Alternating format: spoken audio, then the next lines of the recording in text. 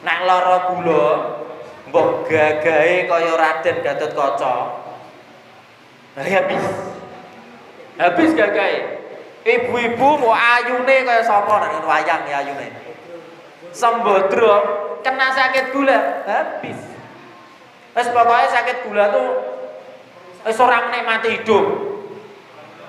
Itu, makan tidak enak, kumpul bojo ora penak. Ora iso, wis ora perkoso pokoke. Bismillahirrahmanirrahim. Rabbil alamin wa bihi nasta'inu ala umuri dunya waddin. Wassalatu wassalamu ala nabiyyina Muhammadin wa ala alihi wa ashabihi ajmain, amma ba'd. Bapak Ibu, pertama bersyukur kepada Allah Subhanahu wa taala yang memberikan banyak kenikmatan kepada kita sehingga kita bisa menghadiri majelis yang mulia, yaitu majelis ilmu pada sore hari ini. Yang kedua, sholawat serta salam semoga selalu tercurahkan kepada junjungan kita Nabi Muhammad SAW. Bapak Ibu, menyingkat waktu saya akan menyampaikan. Mungkin bapak-bapak yang di sana tidak bisa melihat saya. Rada geser ke sini, Mas. Ya, ada jadwalnya agak melenceng sedikit, enggak apa-apa, Mas ya. Nanti yang sehat secara menurut Rasulullah akan kita sampaikan setelah bulan Ramadan selesai. Bapak Ibu, saya akan menyampaikan puasa dan kesehatan. Ya, ini juga akan menyinggung sehat menurut yang dicontohkan oleh baginda Rasulullah SAW. Agak dibesarkan. Oke, kita mulai karena waktunya pendek. Ya, puasa dan kesehatan. Tidak bisa gede lagi.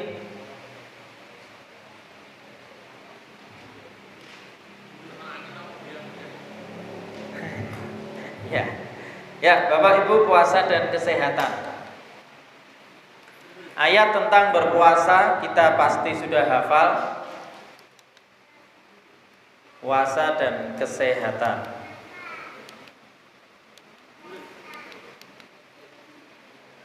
Kalau ayatnya ya ayyuhalladzina amanu kutiba alaikumussyam kama kutiba allati. Sebentar.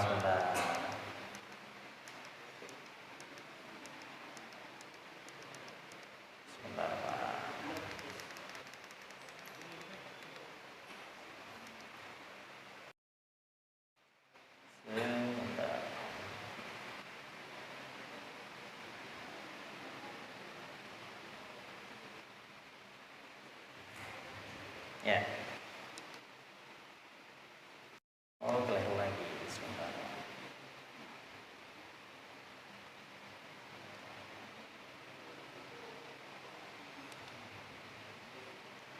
Ayatnya tadi sudah saya singgung, ya ayyuhalladzina amanu kutiba alaikumussyam kama kutiba alladzina min qablikum la'allakum tattaqun. Wahai orang-orang yang beriman, diwajibkan atas kamu berpuasa sebagaimana diwajibkan atas orang-orang sebelum kamu agar kamu bertakwa. Al-Baqarah 183. Di dalam hadis Bukhari Muslim, man shoma ramadhana imanan wa ihtisaban ghufira lahu ma taqaddama min dzambi. Ini kita sudah sering mendengar, barang siapa berpuasa Ramadan karena iman dan mengharap pahala, maka akan diampuni dosa-dosanya. Kemudian hadis yang lain, sumu tasihu, berpuasalah kalian maka kalian akan sehat. Diriwayatkan oleh Ibnu Hibban dalam sahihnya dan Al-Hakim. Penjelasan hadis ini dikeluarkan At-Tabrani dan Imam Mukaili dengan sanad dari Abu Hurairah, dihukumi lemah oleh banyak ulama hadis. Namun secara tinjauan kesehatan terbukti puasa memiliki manfaat kesehatan. Jadi ketika kita berpuasa, yang pertama adalah mengikuti, mematuhi perintah Allah sesuai dengan Al-Baqarah 183. Kemudian yang kedua adalah, salah satunya adalah hadis tentang keutamaan berpuasa. Kemudian yang ketiga, baru berpuasalah kalian maka kalian akan sehat. Ini sesuai bidang saya, maka kita akan menyampaikan ini. Ibu-ibu kelihatan ya? Tak berbesar. Oke. Sama. Oke.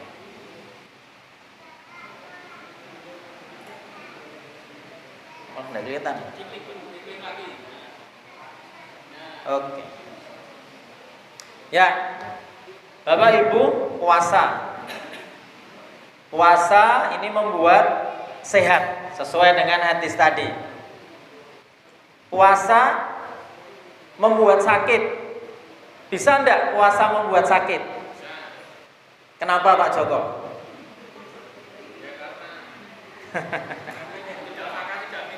Ya, ini nanti akan kita bahas. Puasa sama dengan sehat.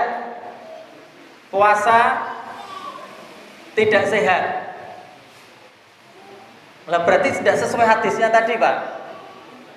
Berpuasalah maka kalian akan sehat. Ya, ini akan kita bahas. Pak Joko sudah tahu, ini tidak usah saya bahas. Tapi ini datanya, Pak. Usai Lebaran tingkat kunjungan pasien di RSUD Bantul meningkat. Ini data ini, ya ini valid berarti datanya. Nah, kemudian RSUD Ahmad Ripin siapkan langkah antisipasi lonjakan pasien pasca Lebaran. Selanjutnya RSUD Sudono Madiun antisipasi peningkatan pasien saat libur Lebaran. RSUD Melaboh laporkan peningkatan jumlah pasien setelah libur Lebaran. Ini padahal tadi hadisnya adalah, walaupun ini hadis do'if itu belum tentu palsu ya. Oh malah hadis do'if itu belum tentu palsu. Ayat ini tadi, berpuasalah kalian maka kalian akan sehat. Tapi kenyataannya kok tadi Pak, Bapak Ibu, ini data dari beberapa rumah sakit baik di luar Jawa maupun di Jawa mengalami peningkatan jumlah kunjungan pasien. Tadi di Bantul, Ahmad Ripin itu kalau tidak salah di Kalimantan, kemudian di Madiun dan di Aceh, semuanya meningkat. Ini ketika hari biasa ibu-ibu terutama makan berapa kali sehari Bapak Ibu? 3 kali sehari ya. Ada enggak yang sehari 2 kali? Saya kira enggak ada kalau sekarang. Hari biasa makan sehari 3 kali. Ibu-ibu pengeluaran dapurnya kalau makan sehari 3 kali kan tinggi nih. Sehari biasa sehari 3 kali makan, pengeluaran dapur tinggi. Ketika puasa gimana? Ibu-ibu kalau puasa pengeluaran dapurnya lebih tinggi atau lebih rendah? Puasa makan sehari 2 kali. Lho mriki niku nek poso makan sehari berapa kali, Pak? Ibu-ibu kalau puasa makan sehari berapa kali?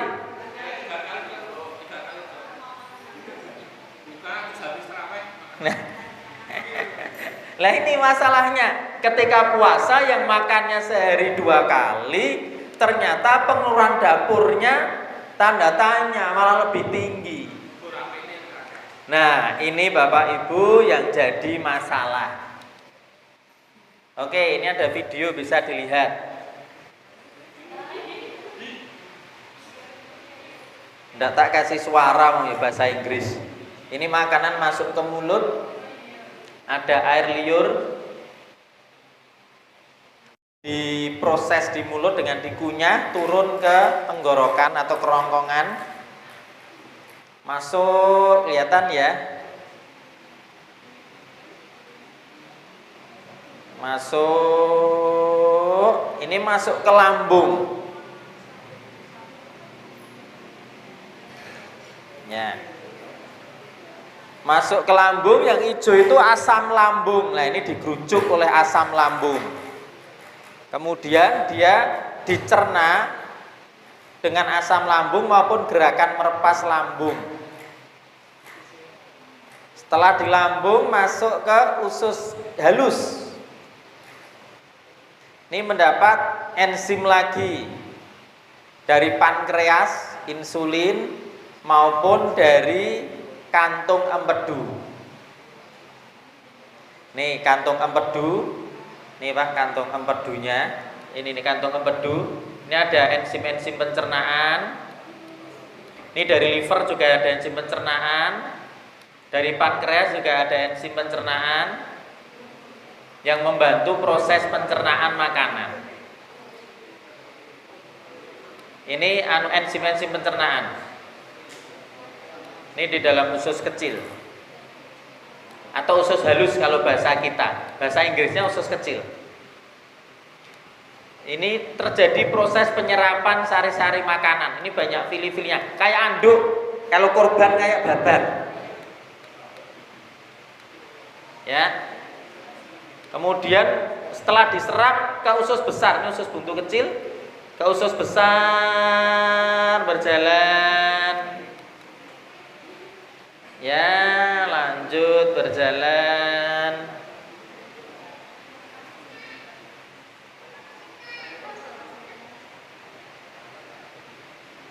Ya, ini ke usus besar. Ini ke kolon, ini sudah jadi kotoran kita. Nah,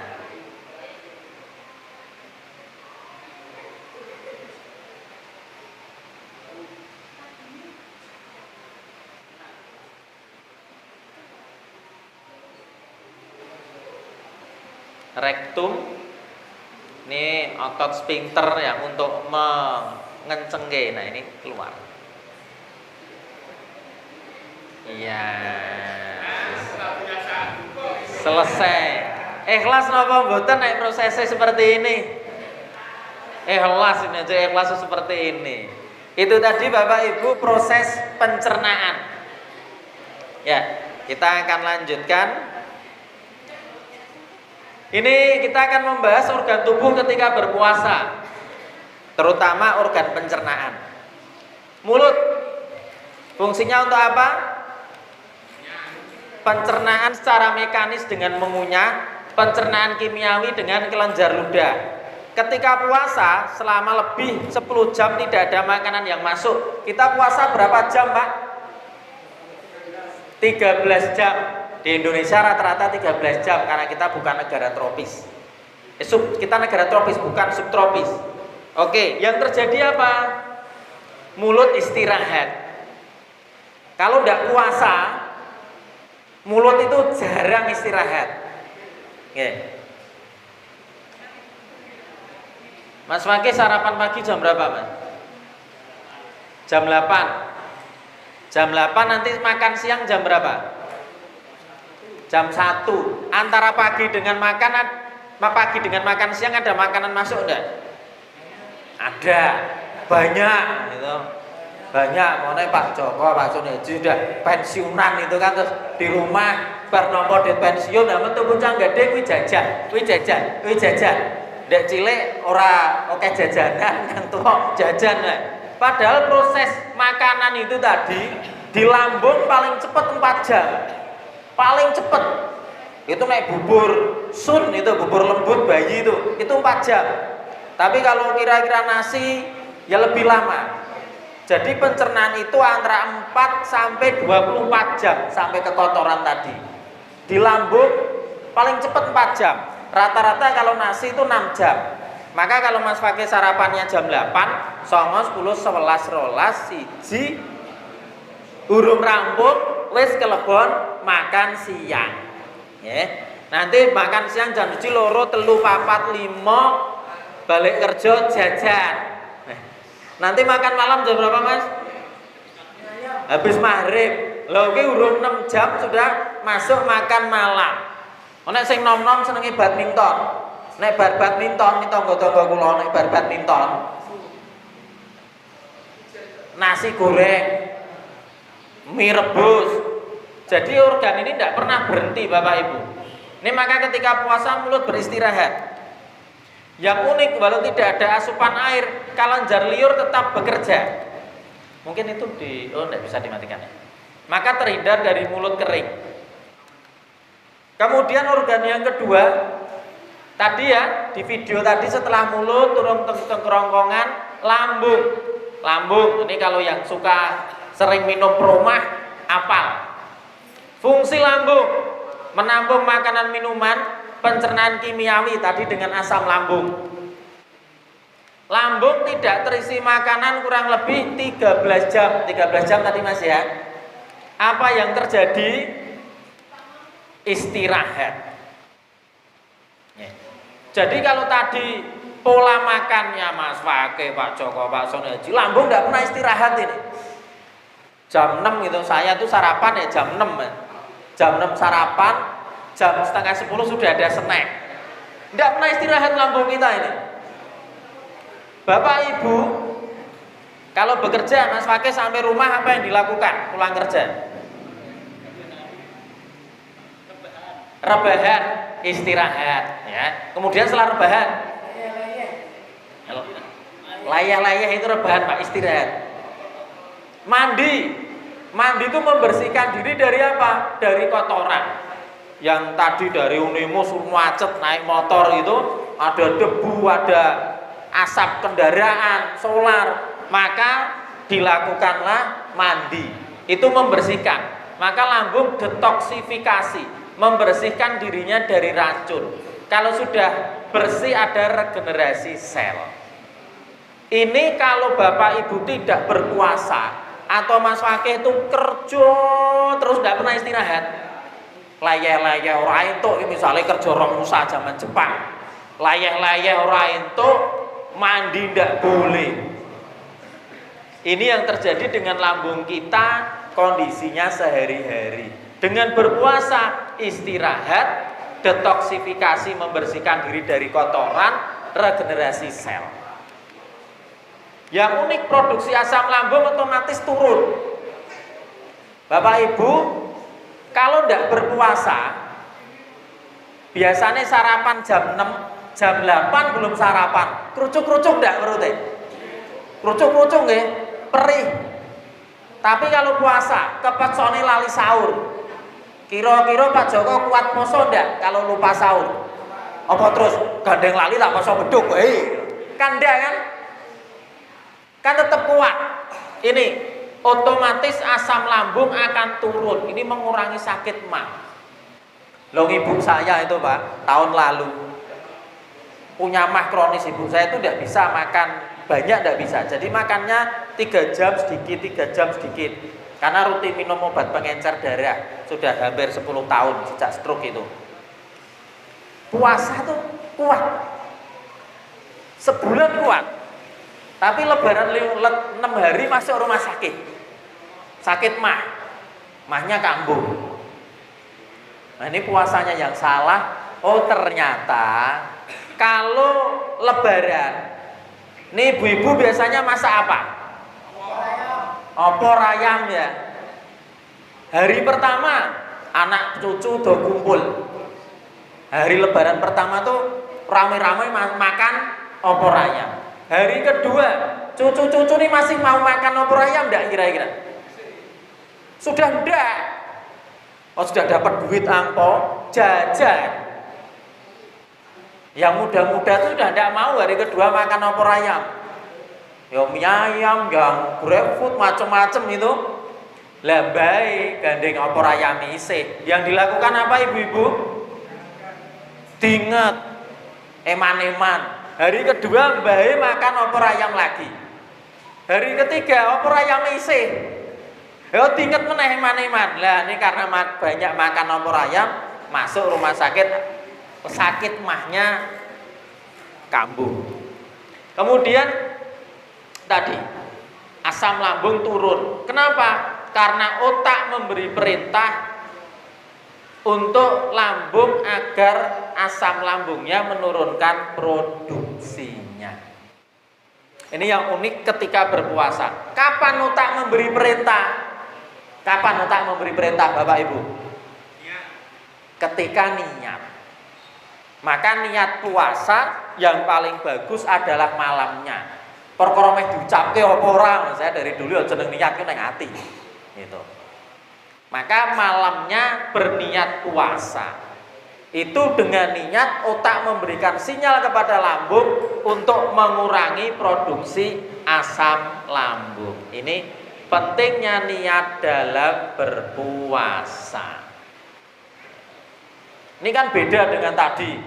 Kita sehari-hari tidak puasa karena terburu-buru kerja, tidak sempat sarapan. Kira-kira jam 09.00 wis kemrucuk wetenge. Tapi kalau kita niat, enggak. Mau Pak Joko lupa sahur, ya masukake lupa sahur, terus kemudian apa tidak puasa, tetap puasa dan kuat karena otak memberi perintah kepada lambung untuk menurunkan produksi asam lambung. Oke, setelah lambung,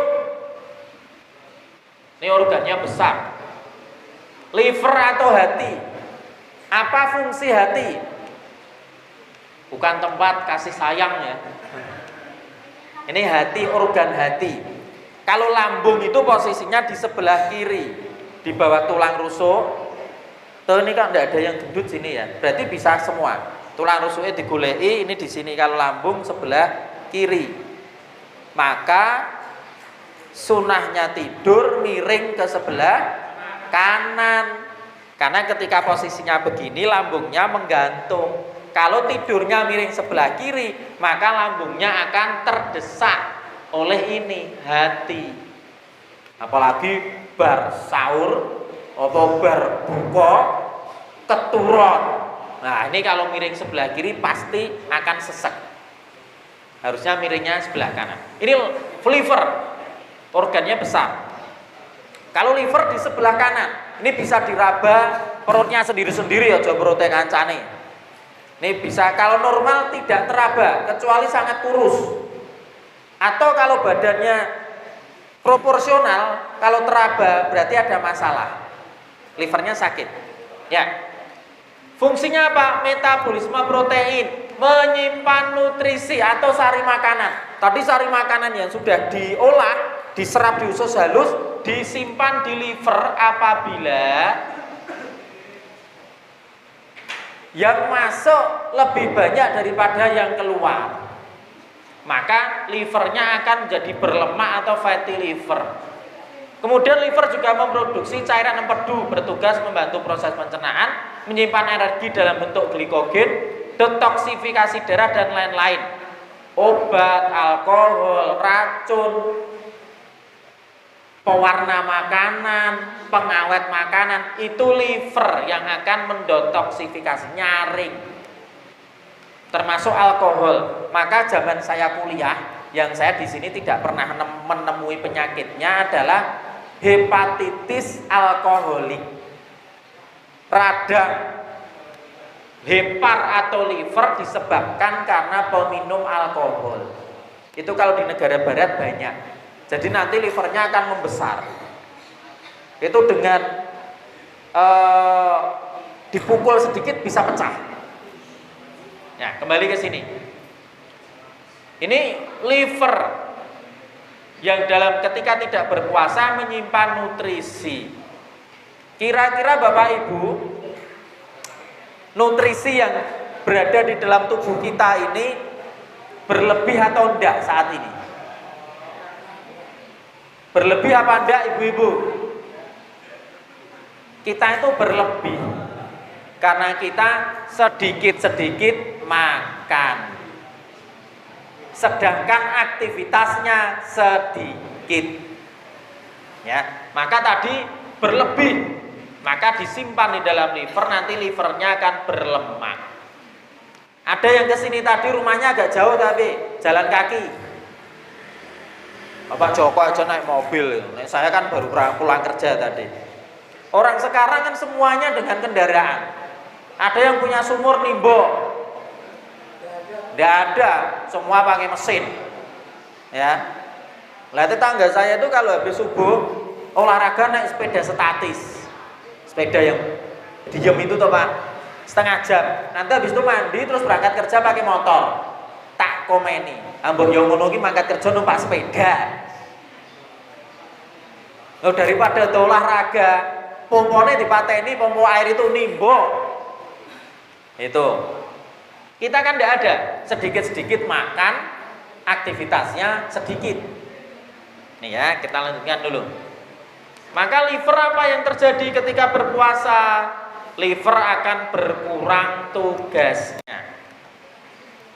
Maka istirahat semuanya sama. Ketika berkurang tugasnya, istirahat, detoksifikasi, regenerasi sel. Ini yang unik Bapak Ibu, bahwa terjadi proses. Tadi fungsi liver salah satunya menyimpan apa? Menyimpan nutrisi yang berlebih. Maka ketika puasa, karena 13 jam tidak ada yang masuk makanan, asal Bapak Ibu tidak tidur terus ya, aktivitas biasa, makanan yang masuk kan sudah habis. Karena kita sahur jam 4, untuk kerja jam 12 sudah habis kalori dari makanan sahur. Maka tetap aktivitas, cadangan makanannya di liver dibongkar dengan cara dipecah. Tadi makanan yang masuk di dalam tubuh dirubah menjadi glukosa. Glukosa dibakar menjadi kalori untuk aktivitas. Kalau berlebih disimpan dalam bentuk glikogen, disimpan di liver, disimpan di otot perut, disimpan di otot tangan, disimpan di bokong. Nah, wong lemu kan terus bokongnya ginu-ginu, otongnya gede, lengannya juga besar.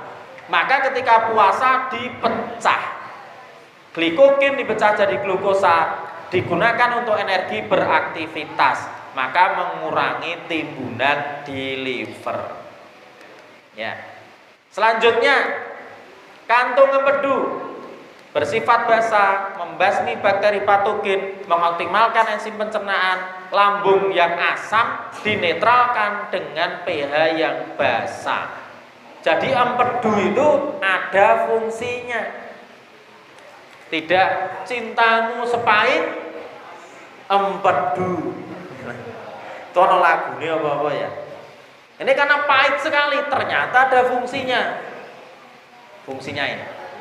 Ya, ketika puasa maka dia istirahat, regenerasi sel menjadi lebih pekat. Yang menjadi lebih pekat dia bersiap ketika nanti buka puasa.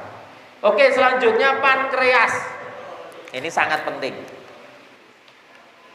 Menghasilkan hormon insulin yang memecah glukosa dalam darah. Maka kalau pankreasnya rusak, orangnya akan sakit apa? Gula atau diabetes. Bon, enten sing sakit gula mriki? Bapak-bapak ndak ada ya? Ibu-ibu ndak ada ya? Mas Wake hati-hati. Nak lara gula, mbok gagahe kaya Raden Gatotkaca.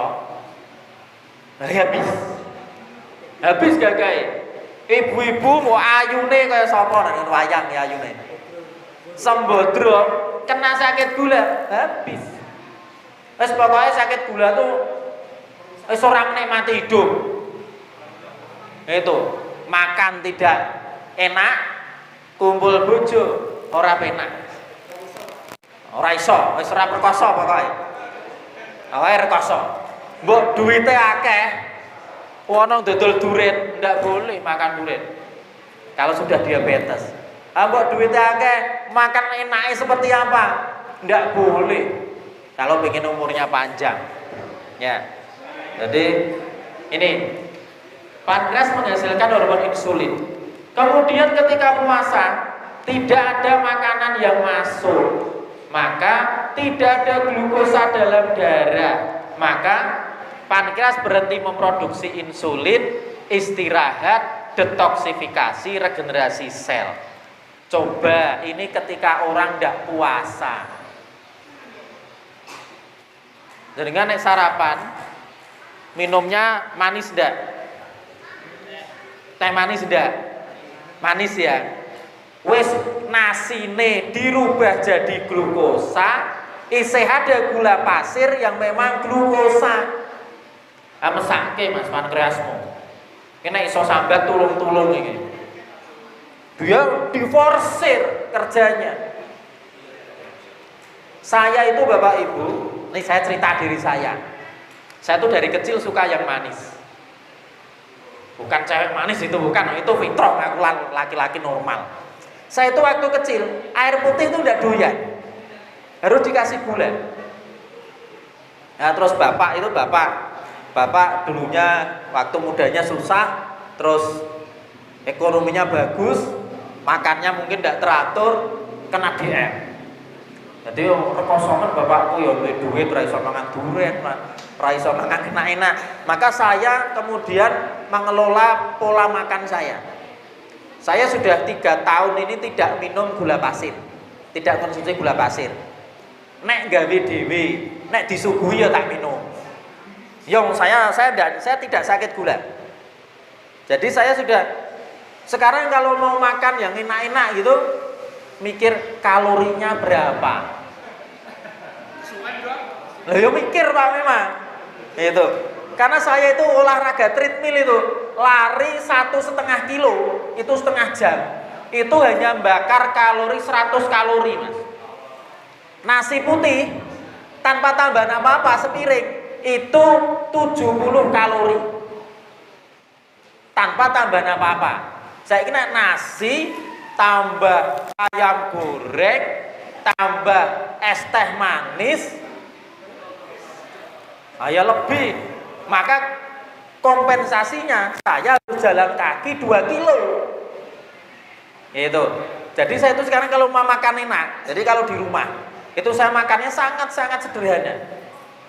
Saya itu kalau digoreng gorengan 3 hari berturut-turut kok tempe atau ayam goreng apa lele goreng, pembantu saya tanya, "Kowe meh mateni aku ya?" Jadi sehari goreng, sehari pepes. Jadi saya kalau di rumah sudah sangat mengatur pola makan sesederhana mungkin.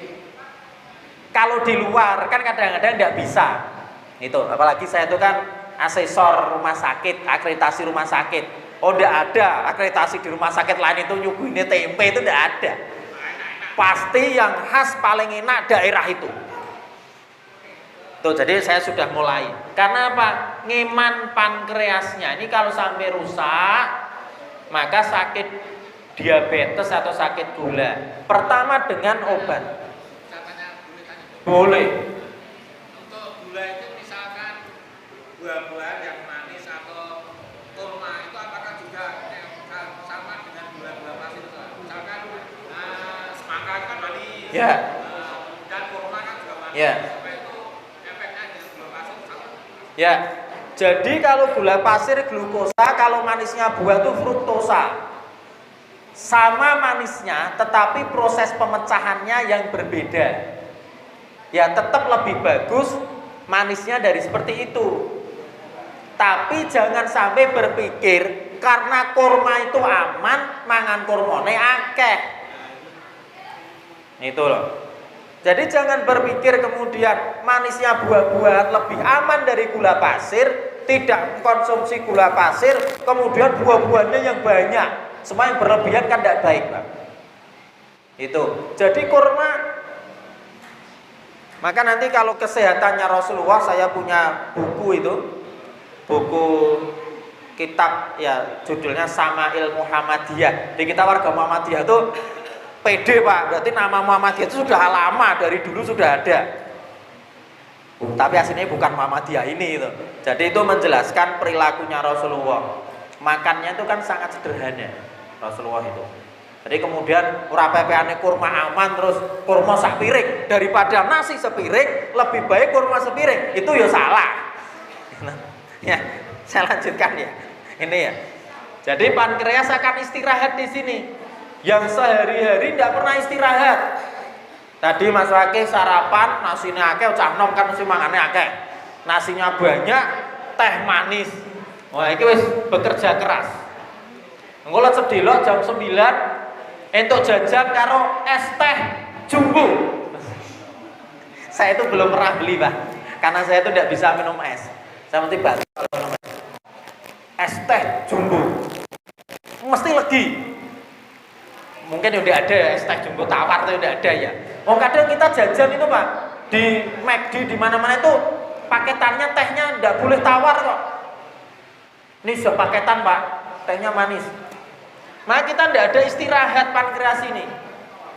Nanti siang hari makan siang, es teh manis lagi. Nanti sore kopi. Siapa yang sudah mulai minum kopi pahit? Sudah Pak? Jenengan toh.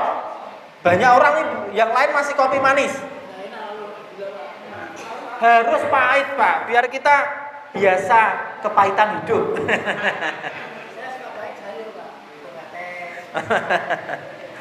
Ya, jadi kopi itu bagus asal tidak manis.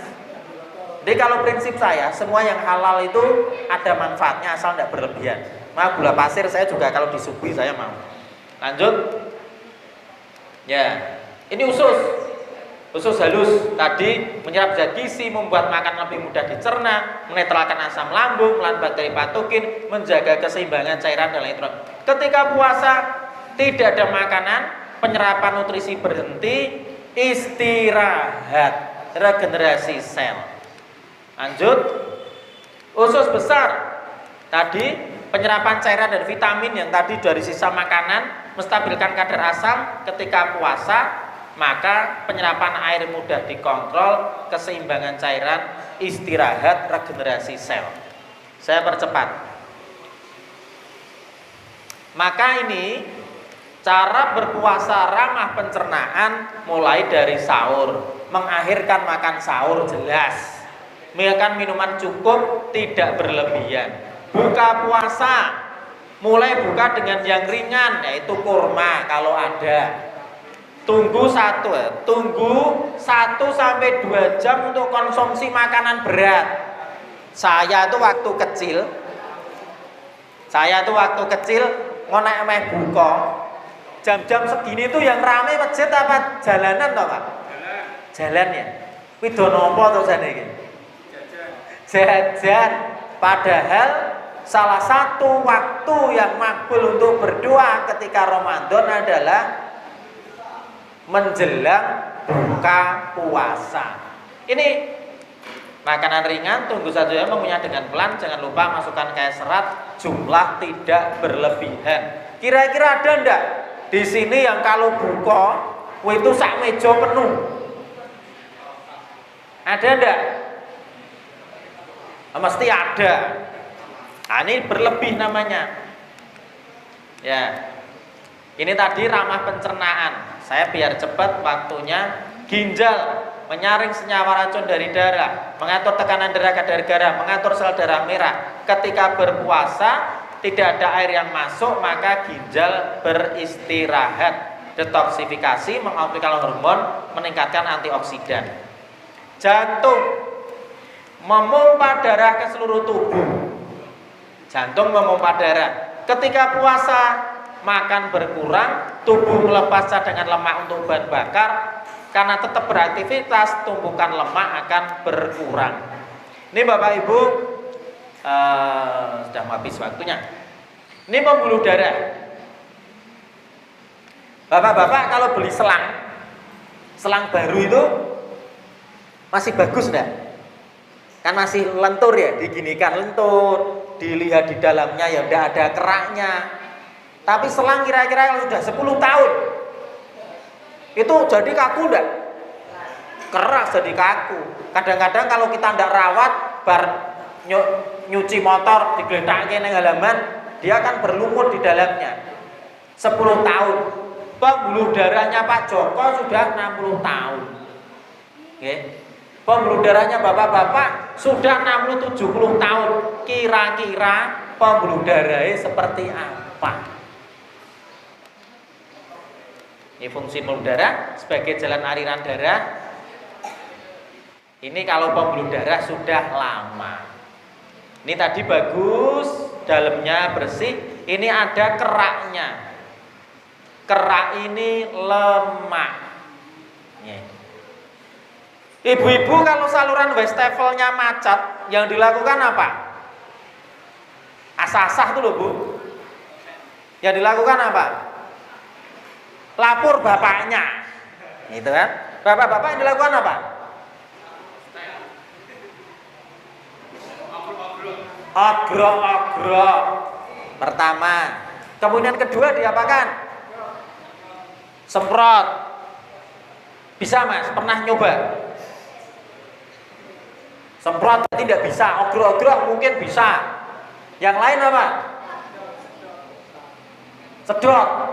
Nyedotnya piye, Pak? Cairan soda. Soda api. Jadi kalau biasanya yang nyumpeti saluran itu apa toh? Lemak.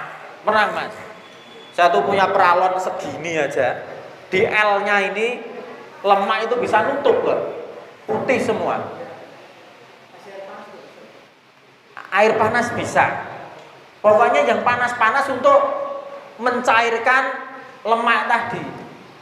Lemak, minyak goreng itu kalau dingin kan membeku. Di sini sih jarang.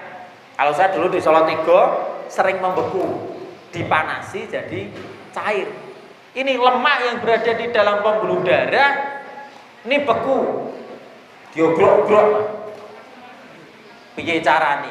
Maka dengan soda api tadi. Ada yang pernah stroke belum? Semoga enggak ya. Salah satu pengobatan stroke itu kan adanya sumbatan, nyumbatnya di otak. Salah satu pengobatan stroke itu disuntik dengan nama dagangnya tuh Lovenox, nama generiknya apa ya? Asam apa gitu. Itu disuntiknya, nyuntiknya di perut. Sehari 2 kali selama 5 hari. Karena ibu saya dulu waktu gejala stroke gitu. Itu katanya panas rasanya. Perutnya tuh sampai gosong bekas suntikannya ini. Karena untuk mencairkan ini dengan asam yang panas. Lemak ini kalau di otak jadinya stroke. Kalau di jantung jadinya jantung koroner. Salah satu cara meninggal yang cepat itu jantung koroner. Ya, itu ora nyusahke anak putu. Ya, prosesnya cepat, mau ngagetke keluarga. Daripada stroke bobrok 5 tahun nyusahke anak putu. Ya. Bapak-bapak milih stroke napa jantung koroner? Ya udah bisa, harus milih. Meninggal dengan apa nantinya? Lah nggih nak jelas niku ning penyebabnya. Rasa milih. Nek saya milih sing cepet prosese. Engko nek wis umure 70. Lah tungone kan konten. Lah nggih pas sujud nek stroke kan ora iso sujud, Pak. Wong tangi ora iso. Tuh ya. Mungkin kayak Pak Farhan dulu itu dia jantung koroner. Itu. Lah nggih, itu kan cepet prosesnya. Ngeget-geti sing urip tapi yang menjalankan ndak keloro-loro. Oke. Ini ya tadi ketika puasa. Ini bahkan ada orang-orang yang melakukan diet intermittent fasting namanya. Untuk apa? Agar terjadi puasa. Bapak Ibu, ini yang paling penting ini. Saya sampaikan tadi, ketika puasa kan tidak ada makanan yang masuk. Masuknya ketika sahur. Jam 12 sudah habis. Bapak Ibu tetap beraktivitas. Maka terjadi proses. Contohnya, ibu-ibu kalau belanja, bapak-bapak kalau punya kardus bekas diapakan? Dibuang, jenengan berarti lomo, Pak. Ditumpuk biasanya, disimpan. Nah, nanti diluwake. Itu. Ini kita ibaratkan tubuh kita seperti itu. Setiap hari kalau makan, ada makanan yang sisa untuk aktivitas disimpan tadi. Setahun, Pak, tidak dibongkar. Pak Joko, Pak Sonaji kerdus dilumpuhke terus kira-kira setahun, 2 tahun, 3 tahun kebak omahe. Suatu saat pensiunannya ora cair misalnya, duitnya entek. Yang dilakukan apa? Didol tumpane kerdus. Nah wis didol omahe dadi lega. Omahe lega, duitnya tambah. Itu ibaratnya tubuh kita 11 bulan di sini mau makan ayam goreng, teh manis, es teh jumbo, terus kue bandung, martabak dan lain sebagainya ditumpuk. Ketika puasa maka tidak ada makanan yang masuk, tumpuan tadi dibongkar untuk energi aktivitas. Ini yang dinamakan autofagia. Auto itu sendiri, fagia itu memakan, makan dirinya sendiri. Medeni tuh basa kerene daur ulang. Maka tadi makanan yang ditumpuk didaur ulang untuk apa? Nih, memakan diri sendiri, daur ulang digunakan untuk aktivitas. Bentar. Timbunan lemak tadi di mana? Di liver, di jantung, di pembuluh darah, di otot, dibongkar. Nih, termasuk di pembuluh darah tadi dibongkar.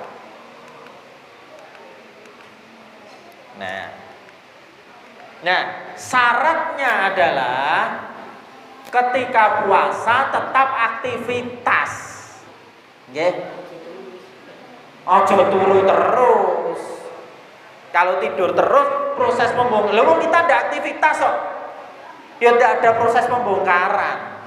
Maka ketika aktivitas ada proses daur ulang timbunan lemak tadi. Dan ini uniknya bahwa Allah itu menciptakan manusia makhluk siang. Saya tuh waktu kecil pernah mikir itu. Ya ndak kecil lah, kelas SMP. Gusti Allah jane perintah puasa itu kan enak malam hari. Ada yang pernah mikir gitu ndak? Gitu. Cerdas mana? Mikir ini cerdas. Awan bebas makan, nanti malam poso kan tidur, ya kan? Cocok itu, cocok karo nafsune. Ternyata tidak cocok dengan proses ini. Manusia itu manusia. Maka proses pembongkaran ini terjadinya siang hari, malam hari istirahat. Itu. Kurang berapa menit, Mas? Nah, itu tadi ya.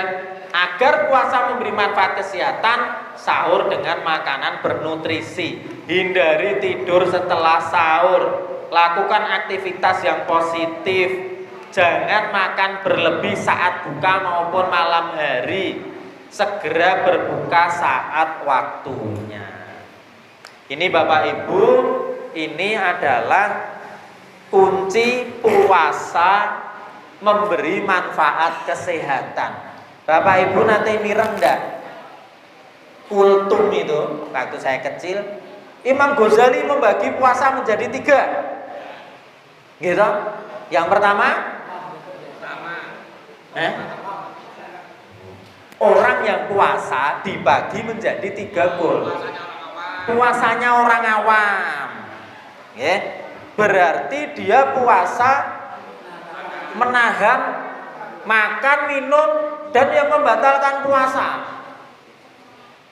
Sahur kemudian puasa, bukone nasi 2 piring, es teh, es buah, kue bandung, kolak mlebu kabeh, gorengan. Sah ndak puasanya?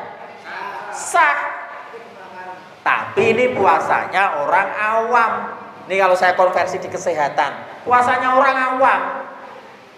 Jadi ya poso ora tambah kuru malah tambah lemu. Lho karo habis traweh itu nek tadarus. Di perumahan saya, bapak-bapak sing tadarus ki sithik. Makanannya sing akeh. Sampai 9:30 iki saya menentekke sapa iki. Mulai. Jadi ini puasanya orang awam yang secara kesehatan tidak akan mendapat manfaat kesehatan. Sah puasanya, gugur kewajibannya. Walaupun pahala puasanya belum tentu loh. Karena ketika setelah buka dia tidak bisa menahan nafsunya, dipol-pol. Ini puasanya anak-anak. Jadi nanti kalau bapak-bapak beli makanan banyak, misalnya kue Bandung, ya cukup sepotong. Sing rong potong nggo anake. Anake masa pertumbuhan. Ojo, bapak loro wis siji. Bapak sing kerja. Jangan gitu ya. Kalau jajan boleh, tapi anaknya yang dikasih banyak. Pertama puasanya orang awam. Gitu. Tadi kaitannya dengan gula tadi. Ya. Misalkan kita buat teh, buat kopi tidak pakai gula, tapi pakai kurma itu. Ya. Kurma itu apakah mungkin ada batasan sebiji, dua biji atau Lebih bagus, Pak, lebih bagus, tetapi tadi jangan berlebihan. Berlebihan diukur awake dhewe, Pak. Itu. Jadi nanti akan ada keseimbangan makanan. Mas Fakih kalau belum bisa ninggalkan manis. Belum, nasimu dikurangi. Nek meh ini kan timbangan.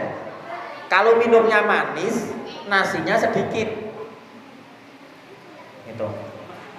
Lemas. Kudu nasinya akeh. Yo harus gulanya dikurangi. Ojo kemudian apa ya sukses dunia akhirat wangel kuwi. Ana bocah pengen pinter. Sinaune yo kenceng, dolane yo kenceng. Kira-kira iso apa ora? Kita pengen kaya. Yo dolan, yo nabung. Iso ora kira-kira? Ndak bisa, sulit. Jadi hidup itu harus pilihan. Saya punya sakit mah, saya ndak bisa tidak makan nasi. Maka saya nasinya normal, gulanya 0. Kalau saya pengen minum manis, nasinya jadi sepertiga. Jadi kita tuh mulai hidup seperti itu. Kalau mau makan gorengan, nggak boleh minum manis. Titik itu nggak ada tawar. Nasinya dikurangi karena minyak itu energi, kalori. Itu. Atau minum manis boleh, tapi kok makanmu kerja ngepit. Biar dibakar. Jadi ini loh, kita pengennya tuh yang mana? Itu. Boleh minum manis, makannya banyak. Sumure rasa dikai pompo misalnya. Nimbo sih. Contohnya gitu, Pak. Kembali tadi puasanya orang awam. Ini secara kesehatan ya. Yang kedua puasanya orang khusus. Jadi kalau menurut saya ini secara kesehatan porsi makannya, porsi buka sahur dan makannya sama ketika hari biasa. Nek hari biasa mung sayur sop tempe goreng siji, ya engko bukane sayur sop tempe goreng siji. Ndak boleh, wong hari biasa ndak ada kolak kok. Ya ndak boleh, berarti masuknya yang kriteria pertama.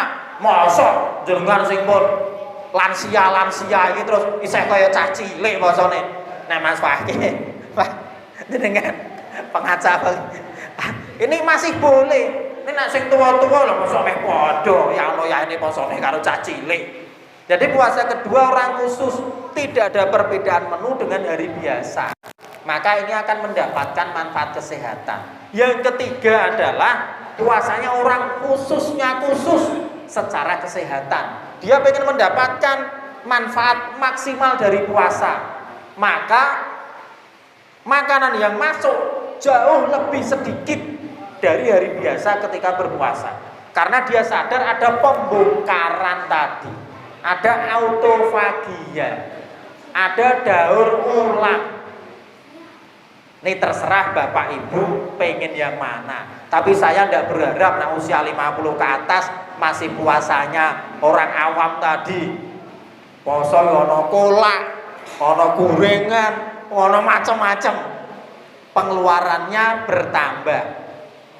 Ini kalau yang masih muda-muda boleh lah. Saya aja sudah wanti-wanti ke pembantu saya. Blonjone koyo biasane. Ya. Anu Pak, kita kan kasihan sama penjual makanan itu kalau tidak dibeli. Boleh beli. Jenengan beli nggo anake bapake rasa jaluk. Iya, atau untuk takjil gitu. Jadi prinsipnya puasa agar mencapai manfaat kesehatan adalah puasanya Rasulullah. Mun kula goleki hadis Rasulullah itu nek buka ana kolak, ana es buah, ana kue Bandung. Laptopku PN nek iso ana kuwi. Nggak ada. Kalau gini, tergantung Nggih. pembongkaran jangan setahun sekali, seminggu 2 kali bukan. Hari Senin sama Kamis bukan. Boleh, Pak. Nah, itu nanti dalam yang terakhir saya. Maka ketika sudah seperti itu, yang salah bukan perintah puasanya, tapi perilaku berpuasa kita. Nggih. Tanggal 1 Syawal kita diperintahkan apa? Satu sama enggak. 1 Syawal poso. Jenengan aliran sesat itu. Makan-makan sholat Id. Tanggal 2 Syawal diperintahkan apa? Puasa. Lah kita tanggal 2 Syawal apa, Mas? Masih makan-makan. Tanggal 3 Syawal apa yang kita lakukan? Masih makan-makan. Tanggal 4 Syawal reuni keluarga besar saya. Tanggal 5 Syawal halal bihalal keluarga besar istri saya. Tanggal 7 Syawal reuni grup SD. Tanggal 8 Syawal reuni grup SMP. Reuni macam-macam. Rati-rati entes Syawal. Jangan pas Syawal masuk rumah sakit. Aku kadang mikir, ya Allah Gusti, betapa kita itu jauh dari ajaran agama kita. Ya. Jadi tadi Pak, setelah 30 hari dilanjutkan kebiasaan sehat dengan puasa 6 hari. Ya. Setelah puasa 6 hari setiap bulan atau Senin Kemis, Yaumul Bid, puasa Daud, ini agar kita mendapatkan manfaat kesehatan. Lah sekarang kita ini ketika berpuasa yang ditaati contoh Nabi atau contoh iklan? Tenan Pak, jenengan wani puasa nyontoh Nabi. Ngeri Pak. Lah wong Nabi itu di dalam kitab Syama'il Muhammadiyah, Nabi itu kalau makan roti ternyata saya banding-bandingkan, saya buka Google. Ternyata tepungnya tuh tepung syair, bukan syair puisi, itu bukan. Syair, saya buka googling, syair itu bukan gandum, bukan. Bahasa Indonesianya jelai, bahasa Inggrisnya barley. Saya buka lagi di dalam perjanjian baru, dalam Nasrani, jelai itu untuk makanan ternak atau makanan masyarakat kelas bawah. Tapi saya buka lagi, manfaat kesehatannya lebih bagus daripada gandum. Beda Pak, naik katul kan tetap dari gabah. Ini beda biji. Jadi itu Bapak Ibu, kembali lagi, mari. Nah, kemudian puasa berhasil secara kesehatan. Cara ngukurnya bagaimana? Bagaimana? Yang paling gampang nimbang berat badan. Sebelum puasa nimbang, nanti lebaran hari pertama, nah hari kelima saya sudah ndak rekop, wis kokean apa. Lebaran hari pertama nimbang, harus turun. Harus. Lah logikane makannya 2 kali sehari ya, ndak turun tuh pripun to, Pak? Nah, boleh. Tapi yang objektif nimbang. Yang kedua lebih bagus sebelum puasa cek laborat. Gula darah, kolesterol, trigliserid, asam urat. Lebaran hari pertama mesti turun. Nek ndak turun salah puasanya. Salah secara kesehatan loh, bukan secara fikih. Ya, kalau mau yang paling canggih ini di arteriografi. Jadi dicek pembuluh darahnya ada lemaknya atau enggak. Itu dengan ronsen yang sangat canggih. Itu bisa. Nah, ini kembali lagi, mari kita sudah berpuluh tahun berpuasa, apalagi yang sudah 50 lebih, ini kita untuk hari demi hari kita berpuasa mencontoh puasanya Rasulullah. Untuk apa? Yang pertama menjalankan perintah Allah, yang kedua mencontoh Rasulullah. Lu jare Rasulullah ki uswatun hasanah. Kok malah ngikuti iklan sing marjan, sing sosro, sing macam-macam. Yang ketiga, untuk puasa kita mendapatkan manfaat kesehatan. Saya tuh target puasa turun 5 kilo berat badan saya. Target Pak, ini luput kan. Tapi lebih baik target luput daripada belas ora target. Jadi kalau target itu saya mau makan kue Bandung, nah pas darus, ki ya njupuk potongane sing cilik.